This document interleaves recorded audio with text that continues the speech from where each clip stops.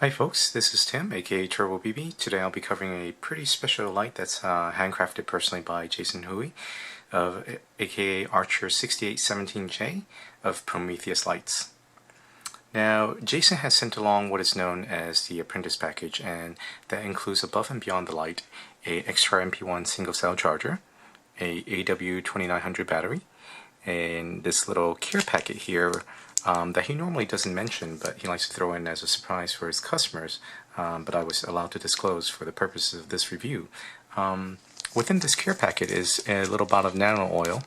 Just one drop goes a long way, and what would have been two fluorosilicone O-rings, but I had actually removed one for installation on a tray tube, which I will cover later. Now behind that little logo cardboard is a little report card which he personally records the serial number of the light, the color temperature, the emitter type, the optic, the lumens measured in his do-it-yourself integrating sphere, and as well as the max drive current that he measures. Right, put that on the side here. So the care package is great in the sense that it allows one to easily, immediately use their light after they purchase. This MP1 charger actually has been reviewed previously by HKJ, one of the most renowned electronics experts on CPF and various forums. It's a very capable charger, but I have noticed that it tends to be conservative in its charge rate, such that if I inserted a cell that was pretty much near charge, let's say around maybe 4.18, 4.19, it actually won't engage charging again. So I feel that that's a little errs on the side of safety, which is really important as it pertains to lithium-ion use. Now, it does feature a standard mini USB port, so again, as long as you have one of these USB to mini USB port, you could charge it from either a computer or from the supplied power adapter. Alright, put that on the side here. Now, the battery is shipped in this nifty little carrier that Jason had personally selected, and intentionally with this bright red color, because what happens is that it allows you to remind yourself, hey, if you store it positive side up against a bright orange, means the battery is charged, and if you flip it over to the cathode point, the negative, that means it's discharged. So it's great for, again, if you want to transport a spare, or again to remind yourself of the charge state of your existing battery. Alright, now with that said, before we dive into the review of the actual light, I did want to highlight that this very nicely colored flame colored titanium clip is actually optional that he sent along for review, as is this titanium zipper pull. So Jason actually likes to tinker, and every once in a while he will custom craft a little object, and I will actually dive into this in a separate review next time. But along with the zipper pull, he did include 3 miniature fluorosilicone O-rings, bright blue, as well as these 3 glow-in-the-dark ones. Don't think the auto exposure is going to capture this, but they do glow fairly brightly in the dark. But again, I will cover this in a separate review. So with that said, we'll go ahead and dive into this light. One immediate thing that you will notice is that the color temperature is a bit different, right? It's got a warm tone to it, and it's definitely distinctly different from, say, a stainless steel colored light. It's a Solar Force L2M stainless steel. As you can notice, it's a much cooler temperature. And here is a Shadow JM07 Pro, which is aluminum. So again, as you can see, it's definitely got a distinct finish to it in terms of color. Now the version I receive is what he dubs the Stonewash, and I'm going to wait for the autofocus to catch up. And as its namesake, it's kind of like, smooth stone finish. Now, how this color is achieved is through a new process called, well, I shouldn't say new process, but a different process called Electroless nickel plating. Now, the EN plating differs from anodizing in that it's autocatalytic, in the sense that, I probably mangled that word, but in the sense that it doesn't require additional process in order for it to adhere to the substrate that you apply it to, unlike anodizing, which requires electricity. So with that said, the advantages are that it can coat pretty complex surfaces and evenly, whereas you may notice with anodizing, sometimes, like the nooks and crannies it can't really get into. And it is supposed to be a harder, but again, that's conjecture since I've never really tested it, and this is my first exposure to one. But as far as flashlights go, it is a very unique finish. Okay. Now, one thing I did want to highlight, and actually Jason does as well on his website, is the fact that because this is handcrafted by him, along the process there may be machining marks which he actually intentionally leaves behind. As he mentions, he likes to leave evidence of the process, being a handcrafted item.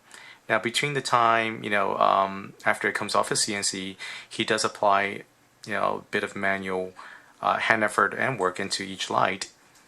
And between that process as well as the electroplating process, there will inevitably be some marks left there. And by the time that the plating actually goes on, it is pretty much permanently sealed. So if you're looking for a cosmetically flawless light, then perhaps this is not for you, or you can speak to Jason about different finishes, because I am aware that he has finished like in Cerakoting, as well as, again, you could ask for a bespoke model, which means that you could pretty much custom tailor it to the way that you want.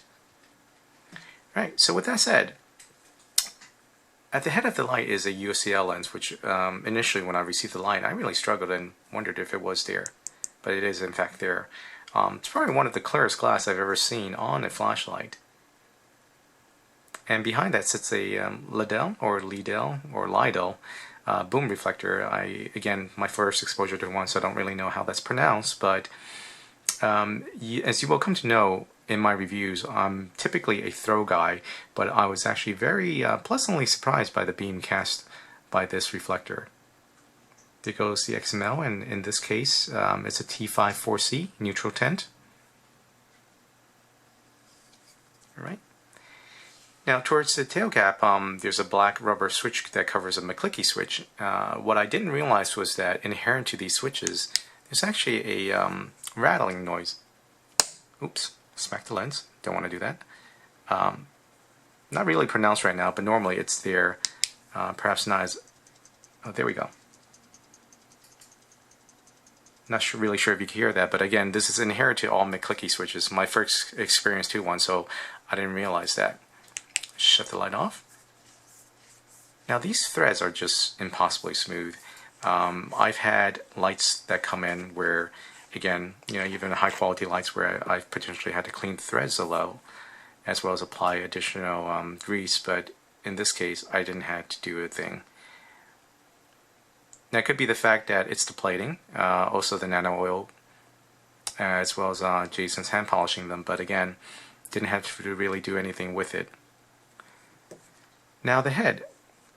One thing I did want to call out is that Jason spent quite a bit of time thinking through how to mount this, and as well as be aesthetically pleasing at the same time. And as you will notice, he's come up with this contraption where it's pretty much press fit into this copper pipe here. Which doesn't require the use of solder, which you normally see makes a huge mess around the rim of the driver. And he did include this notch here so that one could easily insert a screwdriver and pop out that driver. Right. Additional to details paid are this little blob of solder that he applies and then files down so that it doesn't cut into your batteries and destroy the metal at the tip. All right. Now, one more design element that, again, ostensibly, when you see it at first, you think, oh, okay, it's a pretty cool design, but in fact was intentional, is this taper towards this head here. Now, the reason for that, as I explained in my review, is that as you lay the light flat down, it's at such an angle such that you can't apply pressure directly to the threads here and damage them. So, likewise at the tail end, there is no uneven shapes that sticks out like you see with some crenulated tail caps, so that again, if the light is flat, there's no uneven surfaces for it to crush on. Right? With that said, and we'll go ahead and remove the tail cap now, and you will see the same treatment applied on this end is this little blob of solder. And again, that was done intentionally to prevent the sharp cutoff on the springs to cut into your batteries. Right? It's another fluorosilicone O-ring here. Okay, so again, the overall design of the light is rather organic, right? There's really just these 7 circular grooves, no fancy dandy superfluous design elements. It's, as mentioned, organic versus tactical. Right? So with that said, I'm actually going to disassemble the light again so I can show you the shorty version of this light. Initially, Jason's concept was that, you know what, he didn't want to get into single cell 123 size lights because, you know, everybody it's very common. So he started off with 18650 size lights, but towards last year, he actually started creating these shorty tubes due to demands from his customers. And as its namesake, it allows you to use a single 18350 battery, or with the included spacer, a 16340. Now, with the 16340 cell, given the high current draw that this light is capable of, which is 2.8 on high, you always want to use IRMR cells. Right? In this case, I have a AW. Right? Here's the included spacer. Goes right in here.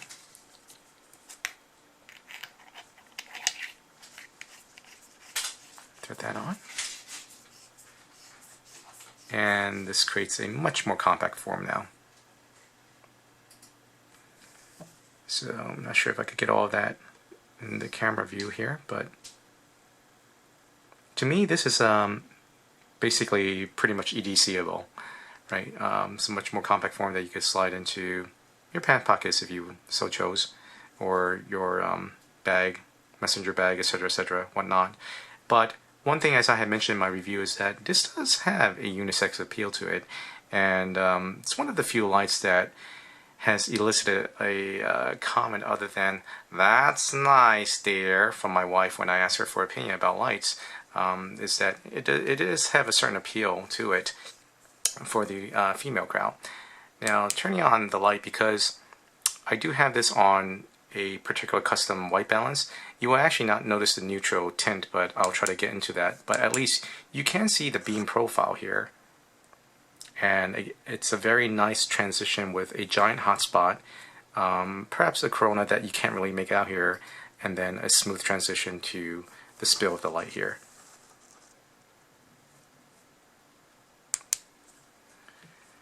So overall, I found this light to be extremely well engineered, thought out. The quality is just simply one of the best I've ever tested.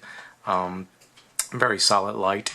And again, I would highly recommend that you go through Jason's blog. He's gone into great details ever since he first started the flashlight building business, and he covers many things like, you know, different designs, you know, upgrading the McClicky switch. There's a new spring, a wave spring that he likes to call it. So again, I would strongly recommend that you visit his blog to check out more about the light as well as the company. Okay, and that concludes this review. And thank you for watching. Cheers.